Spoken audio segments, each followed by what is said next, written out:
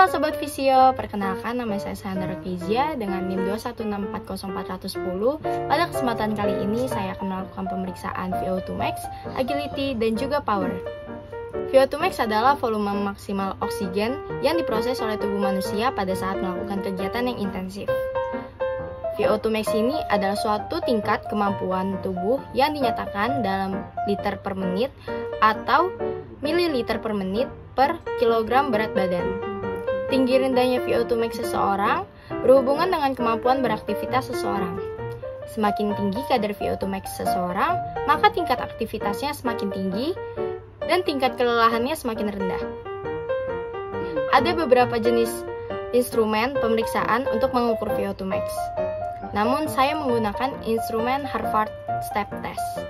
Caranya adalah responden melakukan naik turun step atau bangku kecil di ketinggian 17-19 inci selama 5 menit dengan waktu naik dan turun 1 siklus selama 2 detik.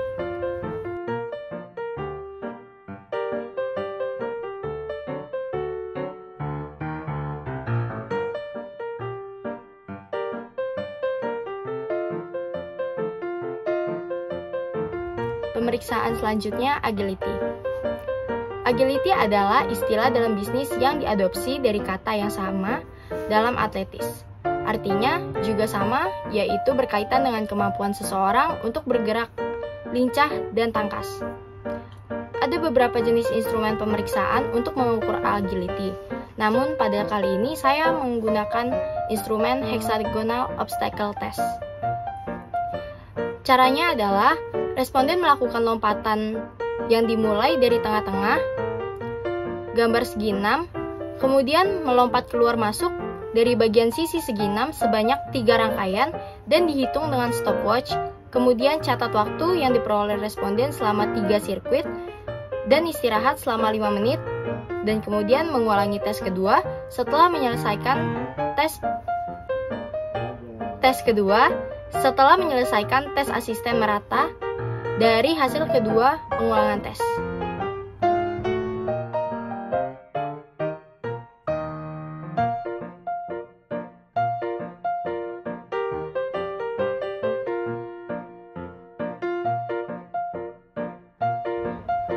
Pemeriksaan yang terakhir, power.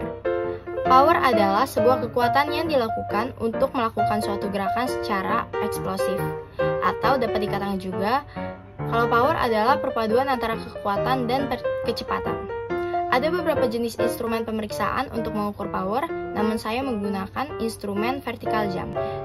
Dengan cara kita meminta responden meletakkan jari mereka yang sudah ditandai dengan kapur atau penanda lainnya ke dinding sambil berdiri tegak menghadap ke samping dengan dinding pada sisi kanan. Kemudian lengan atas diekstensi maksimal di atas kepala. Lalu responden akan menandai titik tertinggi yang bisa dicapai dengan ujung jari. Setelah itu, responden melakukan vertical jump. Pada titik tertinggi, lompatan responden harus mengeluarkan tangan kanan ke dinding untuk menandai ketinggian maksimum melonjak, dan menandai dengan jari yang sudah diberikan kapur atau penanda lainnya. Tinggi vertical jump adalah perbedaan antara dua titik yang ditandai di dinding, dan semua subjek melompat sebanyak 3 kali dengan interval minimum 45 detik antara lompatan. Dan yang digunakan adalah data terverifikasi vertical jump yang tertinggi. Sekian laporan pemeriksaan yang sudah saya lakukan. Sekian, terima kasih.